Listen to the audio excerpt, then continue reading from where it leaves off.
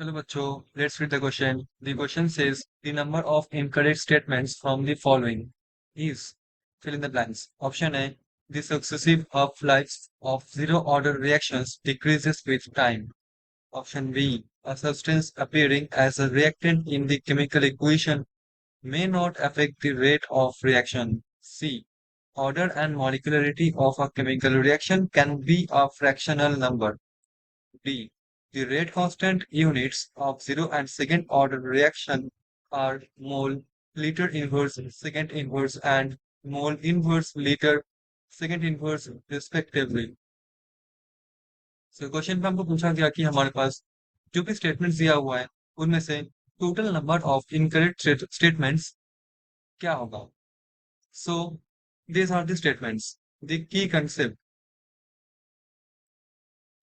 concept of this question is incorrect statements. Incorrect statements.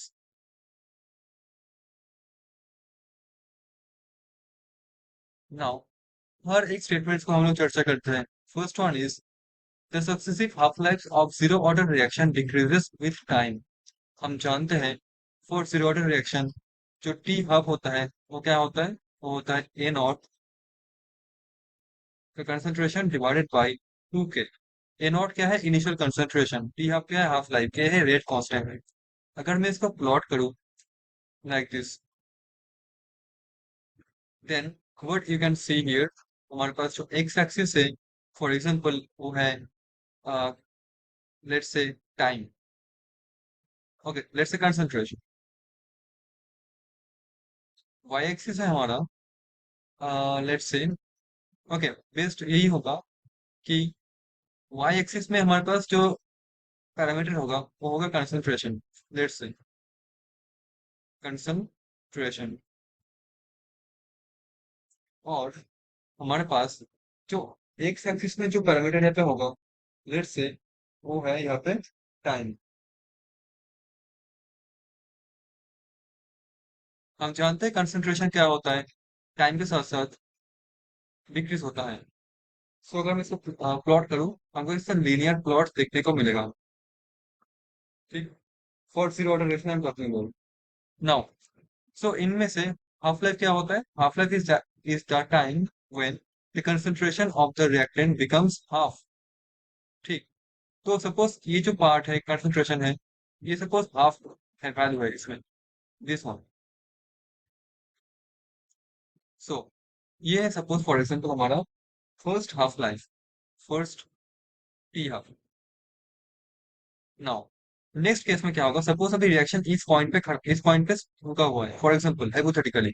ना ये जो करस्पॉन्डिंग कंसंट्रेशन होगा, ये जो करस्पॉन्डिंग कंसंट्रेशन होगा, इसको मैं अगर इनिशियल कंसंट्रेशन मानूं, तो ये जो पॉइंट होगा फॉर एग्जांपल ये होगा उसका second half life, this one. ये होगा सेकंड टी हाफ. नाउ अभी मैं इसको अगर एज अ इनिशियल कंसंट्रेशन मान लूं, तो इसके करस्पॉन्डिंग क्या होगा, ये होगा हमारा थर्ड हाफ लाइफ. ठीक. ये होगा थर्ड टी हाफ. सो यहाँ पे बोला गया कि हमारे पास the successive half life of zero order reaction decreases with time. तो देखो हाफ लाइफ क्या हो रहा है, डिक्रीज हो रहा है. मतलब सक्सेसिव हाफ लाइफ जो है, फर्स्ट हाफ लाइफ देखो यहाँ पे है इस पॉइंट पे, सेकंड हाफ लाइफ यहाँ पे देखो यहाँ पे है. टाइम के साथ साथ टाइम बढ़ रहा है बट हाफ लाइफ क्या हो रहा है, डिक्रीज हो रहा है. राइट. टाइम बढ़ रहा है बट हाफ लाइफ क्या हो रहा है, डिक्रीज हो रहा है.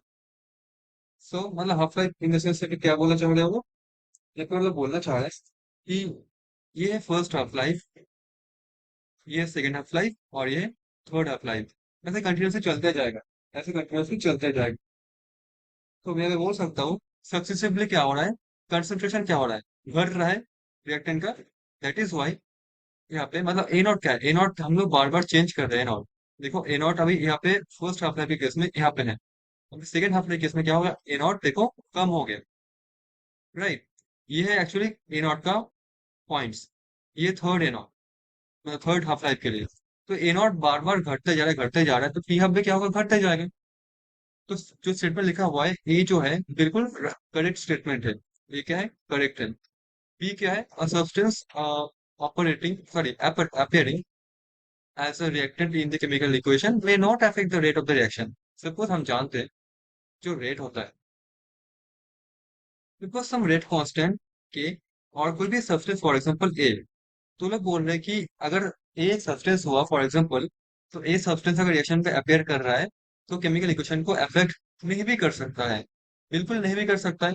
अगर सब्सटेंस के रेस्पेक्ट में इस रिएक्शन का रेट मतलब जो ऑर्डर है तो वो जीरो ऑर्डर है, तो ए का कंसंट्रेशन आप लोग मतलब कितने भी बढ़ा दो, एक का कंसंट्रेशन के साथ आप लोग कितने भी छेड़खानी कर लो, क्या होगा, रिएक्शन रेट में कुछ इफेक्ट पड़ेगा ही नहीं, क्योंकि ये जीरो मतलब zero order with respect two of that substance. तो अगर ए का ऑर्डर फॉर एग्जांपल जीरो ना होके कुछ भी ऑर्डर हो, for example n not equals to zero, ठीक है, एन मतलब ऑर्डर, तो क्या होगा, तो वो रिएक्शन पार्टिसिपेट मतलब तो वो रिएक्शन रेट में अपना इफेक्ट डालेगा। बट अगर जीरो ऑर्डर हुआ तो नो इफेक्ट, मतलब बिल्कुल सही स्टेटमेंट लिखा हुआ है बी में, ठीक है, बी में बिल्कुल सही स्टेटमेंट लिखा हुआ है, that may not affect the rate of the reaction. Third क्या है, C, order and molecularity of a chemical reaction can be fractional number. हम जानते हैं जो हमारा ऑर्डर होता है वो क्या होता है, order is the sum of the power of the concentration term। For example, rate is equals to rate constant। A एक सब्सटेंस है, B एक सब्सटेंस है, A के रेस्पेक्ट में पावर है m और B के रेस्पेक्ट में n। तो सब तो फॉर एग्जाम्पल अभी बोल रहा है कि sum of the power of the concentration term मतलब m प्लस n, इसको बोलते हैं order, total order of the reaction और order of the reaction. Now जो मॉलिक्यूलरिटी होता है वो क्या होता है, molecularity is nothing but molecularity, this is nothing but the total number of species taking part in chemical reaction. ठीक, suppose हमारे पास टू ए है प्लस बी है, प्रोडक्ट बन रहा है पी, तो क्या होगा, मॉलिक्यूलरिटी मॉलिक्यूलरिटी हो जाएगा two plus one that means three, ठीक है। ओके, इवन बेटर होगा, मैं इसको अगर टू ए प्लस बी ना मान के अगर मैं इसको मान लूँ यहाँ पे ए प्लस बी प्लस सी, तो क्या होगा, मॉलिक्यूलरिटी तीन हो जाएगा, तो टोटल नंबर ऑफ स्पीसीज कितना, तीन है, ठीक है। हेंस जो मॉलिक्यूलरिटी होता है वो कभी भी फ्रैक्शन नहीं होता, कि नंबर ऑफ रिएक्टेंट मॉलिक्यूल कभी फ्रैक्शन पे हो ही नहीं सकता। बट जो ऑर्डर है, ये जो एम एन है, ये क्या है, ये जो एम एन है ये जीरो भी हो सकता है, ये नेगेटिव मतलब या नेगेटिव वैल्यू में भी हो सकता है,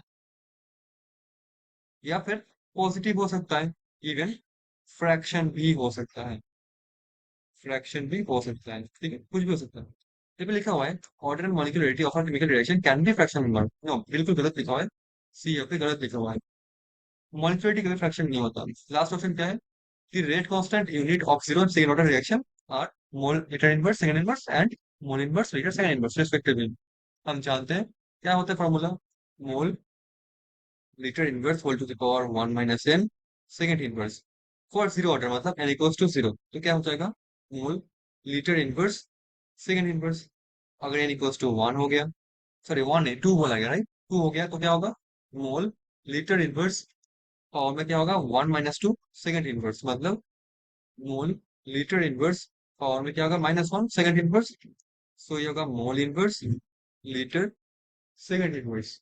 दैट मीन्स ये पे जो दिया हुआ है for zero order reaction mole litre inverse second inverse बिल्कुल सही है, and for second order mole inverse litre second inverse बिल्कुल सही है। तो जो डी है वो बिल्कुल सही स्टेटमेंट है।